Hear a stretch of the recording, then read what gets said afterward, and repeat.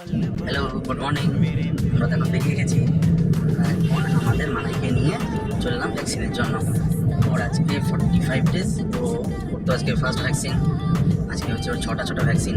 আমরা তো খুব ভয় পেয়ে আছি। এই যে ম্যাডাম ভয়ে চুপ করে আছে।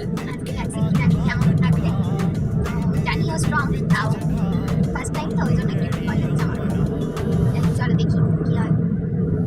চলো আমরা দেখি। তো আজকে আমাদের মানাই আশা করি আমাদের সাথ দিয়ে দেবে।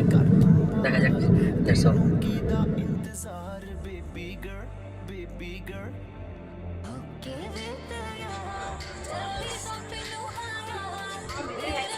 ফার্স্ট ভ্যাকসিনটা একটুখানি করেছে, আর সেকেন্ড ভ্যাকসিনটার সময় ভেবেছে আরও দেবে, সেজন্য একটুক্ষণ বেশি একটা, আর অপোজিটটাও সেমই